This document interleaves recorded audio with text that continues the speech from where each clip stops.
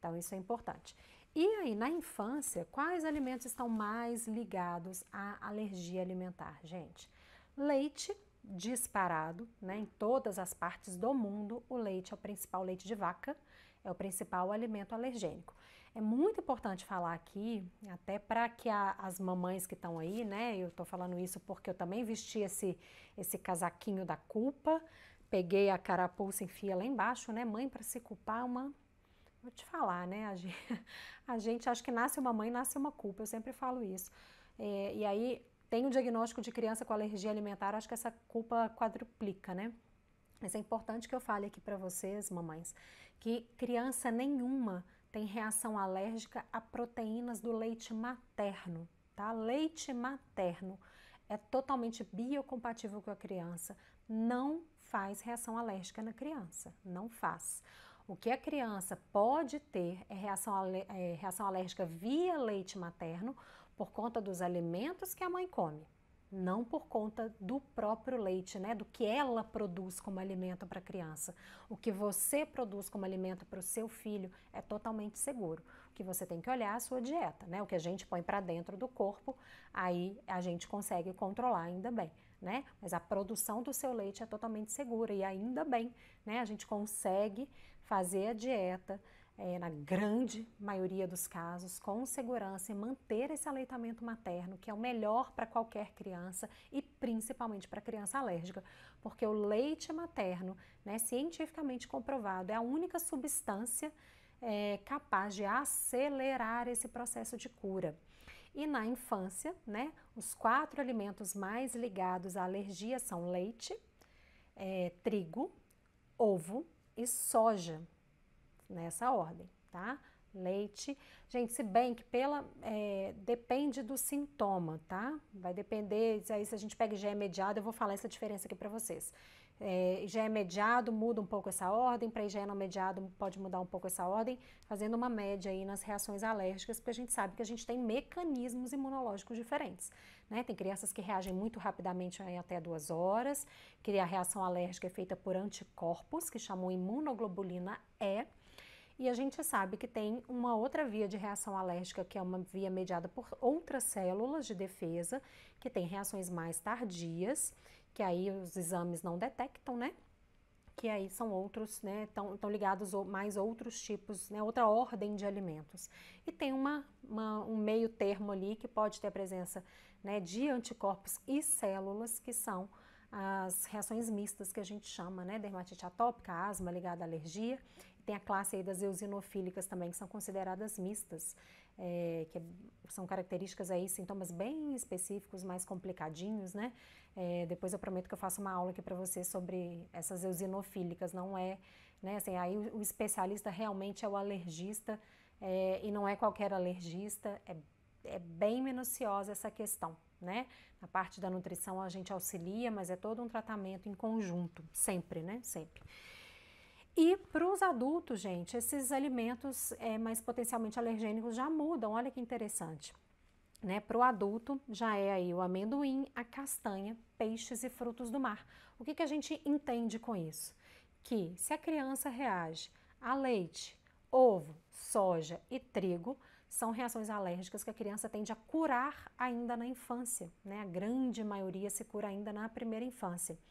Já se a criança reage ao amendoim, a castanhas, a peixes e frutos do mar, pode ser uma reação alérgica que se arraste por um tempo maior ou pode ser até que a criança chegue à idade adulta ainda reagindo a estes alimentos, tá? Isso é importante dizer, porque a gente tem que nivelar a expectativa.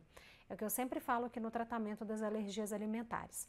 Quando a cura vai acontecer, né? Só Deus e o sistema imunológico da criança sabem exatamente aquele dia, a partir daquele dia, o sistema de defesa ali já parou de reconhecer proteína de alimento como agressor, a criança vai comer e tolerar, não vai ter reação. Né? Lógico que dependendo dos sintomas ali que a criança apresenta, os estudos mostram uma média de idade, né? Para IgE mediado tende a ser mais tardio, não mediado tende a ser mais rápido, mas exatamente quando vai ser para aquela criança nenhum profissional de saúde consegue exatamente prever. Tem a média que os estudos mostram. Se é média, gente, tem crianças que fogem da média. Então tem criança que vai se curar antes da média, mas vai ter criança também que pode se curar depois da média. E muita coisa do que acontece aí nesse processo, né, pode ter influência também, né? Esse diagnóstico, se foi feito de forma precoce, quando a criança começou os sintomas, ou se a criança arrastou ali às vezes meses, anos com aquelas reações, né? O quanto ela foi sensibilizando, o quanto ela foi sensibilizando até mesmo a outros alimentos, né? Por isso a introdução alimentar é tão importante que a gente fique assim, ó, de olho, né? Fazer tudo de forma mais correta, mais segura possível, né? Isso é muito importante. Eu tenho, por exemplo, no meu programa de acompanhamento online de crianças com alergia alimentar, crianças IgE não mediadas, né? Que são sintomas tardios, com sintomas gastrointestinais ali, onde a média de cura, né, entre 1 e 2 anos, dependendo de qual intestino é afetado, o grau ali de inflamação, de sensibilidade da criança, mas a grande maioria ali logo nos primeiros anos de vida. Mas a criança teve todo um processo tão complicado, né, de hiperestimulação, de passar mal, de medicamentos, de falta de diagnóstico precoce, falta de indicação de tratamento correto, não fazia dieta, estava o tempo inteiro em contato ali com o alimento, que isso pode ser que em alguns casos faça a criança arrastar um tempo maior, né, até adquirir a tolerância. Isso pode acontecer, isso pode acontecer. Então, por isso é tão importante que vocês realmente, gente, busquem o melhor, busquem informação, busquem o tratamento correto, busquem amparo, busquem respeito em receber informação, né? Isso é muito, muito importante. A gente hoje, o tratamento da alergia alimentar é dieta, não tem outro tratamento convencional, tem alguns tratamentos coadjuvantes que podem ser feitos dependendo do alérgico, mas tem risco, é oneroso, demanda um tempo danado, né, que é a questão da imunoterapia, então é bem específico, não é para todo mundo, mas o tratamento é dieta, mas quem sabe daqui a alguns anos, a ciência está tão evoluindo aí, né, a passos largos, ainda bem, vai ter um remédio que a criança tome e o sistema imunológico pare de reagir, né? E até lá, a gente precisa saber fazer a dieta, porque o tratamento da alergia alimentar, ela é muito diferente do tratamento de várias outras doenças, onde você faz um exame e tem um diagnóstico, né? A alergia não é assim, o exame pode auxiliar o médico, mas se o médico não tiver competência, entendimento sobre alergia, alimentos, paciência e discernimento, de escutar a história clínica, orientar o teste realmente que deve ser feito para fechamento do diagnóstico, né? Que é o TPO, teste de provocação oral, que é o teste ouro.